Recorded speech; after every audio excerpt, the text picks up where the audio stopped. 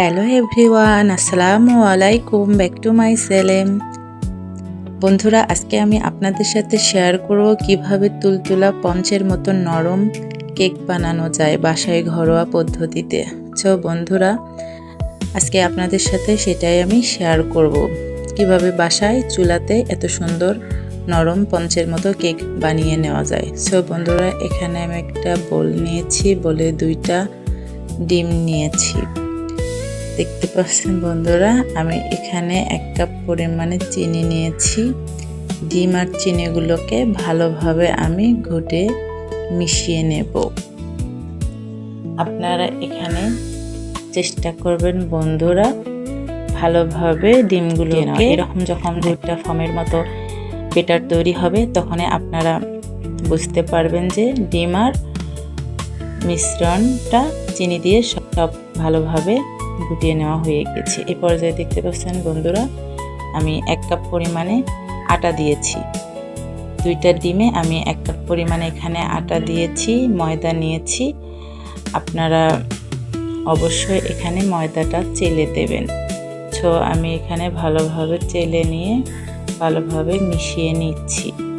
এখানে ভালোভাবে মিশিয়ে নেওয়া হয়ে গেলে আমি এখানে পরিমাণ মতো আবার 1 কাপ পরিমাণে এখানে রান্নার তেল দিয়ে দেব। বন্ধুরা, আপনারা চেষ্টা করবেন মেজারমেন্ট কাপে, যে কাপ দিয়ে সব কিছু মেপে দিয়েছেন সেই কাপ দিয়ে এখানে তেল দেওয়ার চেষ্টা করবেন। বন্ধুরা, দেখতে পাচ্ছেন আমি এখানে বেকিং পাউডার দিয়েছি। কেক বানাচ্ছি, বেকিং পাউডার তো দিতেই হবে। 1/2 চা চামচ বেকিং পাউডার, এখানে আমি 1/2 চা চামচ ভ্যানিলা এসেন্স দিয়েছি। বন্ধুরা, দিয়ে ভালোভাবে আমি এটা আবারও মিশিয়ে নেব। দেখতে পাচ্ছেন বন্ধুরা, আমি ভালোভাবে এটাকে মিশিয়ে নিচ্ছি। এখানে সময় ধরে মিশিয়ে নিতে হবে, নয়তো আমাদের কেকটা ভালোভাবে ফুলবে না।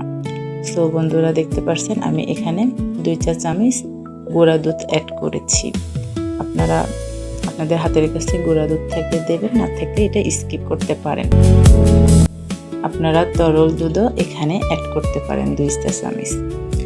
বন্ধুরা, আবারও দিয়ে আমি ভালো করে এটাকে মিশিয়ে নিয়েছি। এখানে আমি একটু ফুড কালার ব্যবহার করেছি কেকটার একটু কালার আসার জন্য। বন্ধুরা, এটা আপনারা স্কিপ করতে পারেন, তো বাসায় থাকলে দেবেন, না থাকলে স্কিপ করতে পারেন। এটা আমি দিয়েছি একটু কালার আসার জন্য। দেখতে পাচ্ছেন বন্ধুরা, আমার বেটারটা অনেকটাই স্মুথ নরম হয়েছে। এবার আমি একটা বোল নিয়েছি, টিফিন বাটি। এখানে টিফিন বাটি নিয়ে এখানে টিফিন বাটিতে আমি ভালোভাবে তেলটা ব্রাশ করে দেওয়ার পরে সব এখানে কেকের মিশ্রণটা দিয়ে দেব। বেটারটা আমি একটু উপর থেকে দিয়ে দেব, আপনারা চেষ্টা করবেন উপর থেকে ঢেলে দেওয়া। এবার আমি ভালোভাবে ড্যাপ করে নেব।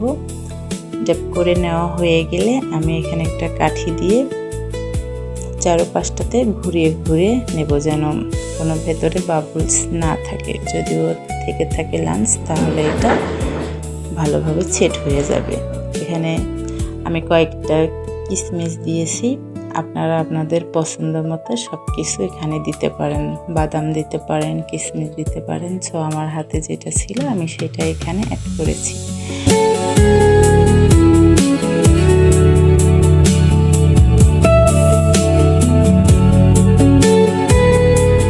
বন্ধুরা, কেকটা আমি চুলায় রান্না করব, এই জন্য চুলাতে একটা হাঁড়ি বসাই দিয়ে সেখানে একটা স্ট্যান্ডার বসাই দিয়ে ওইটার উপরে আমি টিফিন বাটিটা বসাই দিব।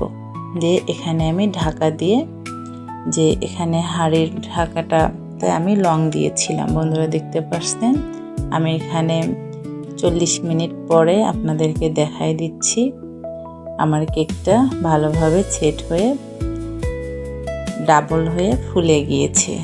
বন্ধুরা, আমার আজকের কেকের রেসিপি যদি আপনাদেরকে ভালো লেগে থাকে, অবশ্যই আমার চ্যানেলটাকে সাবস্ক্রাইব করে দেবেন আর পাশে থাকা বেল আইকনটা অল করে দেবেন, যাতে আমার সামনে কোনো নতুন ভিডিও আপলোড হওয়ার সাথে সাথে আপনাদের কাছে নোটিফিকেশন পৌঁছে যায়।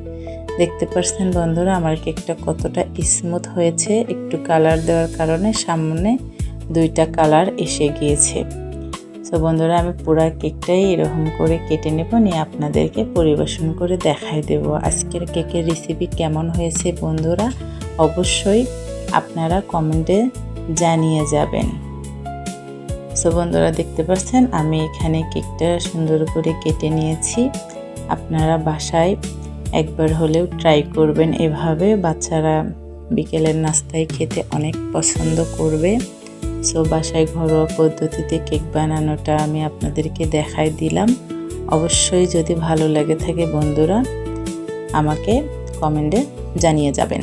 সো বন্ধুরা দেখতে পাচ্ছেন কেকটা আমার কতটা স্মুথ আর নরম আর সফট হয়েছে। আমি আপনাদেরকে একটু চেপে দেখাই দিতেছি, একটু ভেঙেও দেখাই দিতেছি কতটা কেকটা নরম আর সফট হয়েছে। আজকের ভিডিও পর্যন্ত, আল্লাহ হাফেজ।